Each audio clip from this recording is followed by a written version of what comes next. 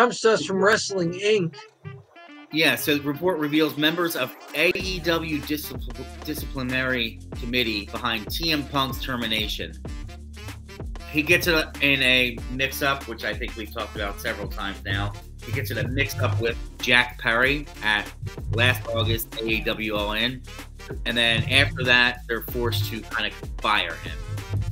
So apparently they have a council of wrestlers that decide on this.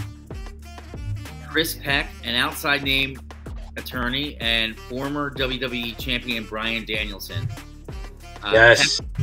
Peck assumed many of the duties formerly held by AEW's chief legal officer. So basically, a head honcho with AEW's legal department, another attorney, and Bryan Danielson. And these three decide, let's move on without him. Bryan Danielson, these guys have a history going all the way back to Ring of Honor, don't they? Yeah. Bryan Danielson and Phil Brooks have a long history. Before they were Daniel Bryan and CM Punk in WWE, before they were Bryan Danielson and CM Punk in AEW, these guys have been up and down the road for a long time. So it doesn't sound like Bryan Danielson took this lightly at all, nor should he have. And it seemed like it was a tough decision for him.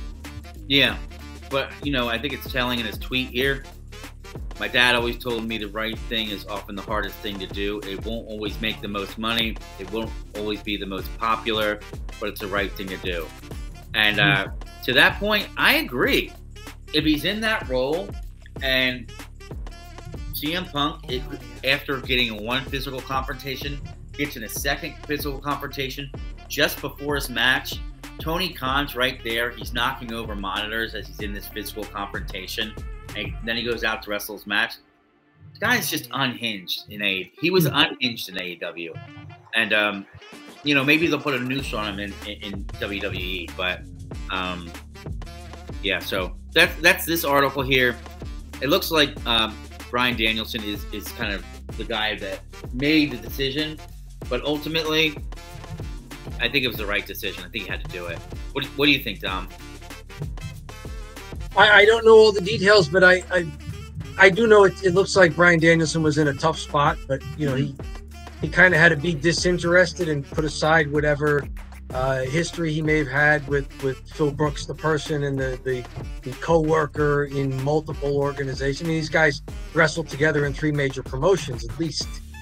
Yeah. So I don't envy him having to be in that position, but it seems to have worked out for everybody, right? Yeah. AEW is better off without CM Punk and the baggage, and WWE is still in the honeymoon phase.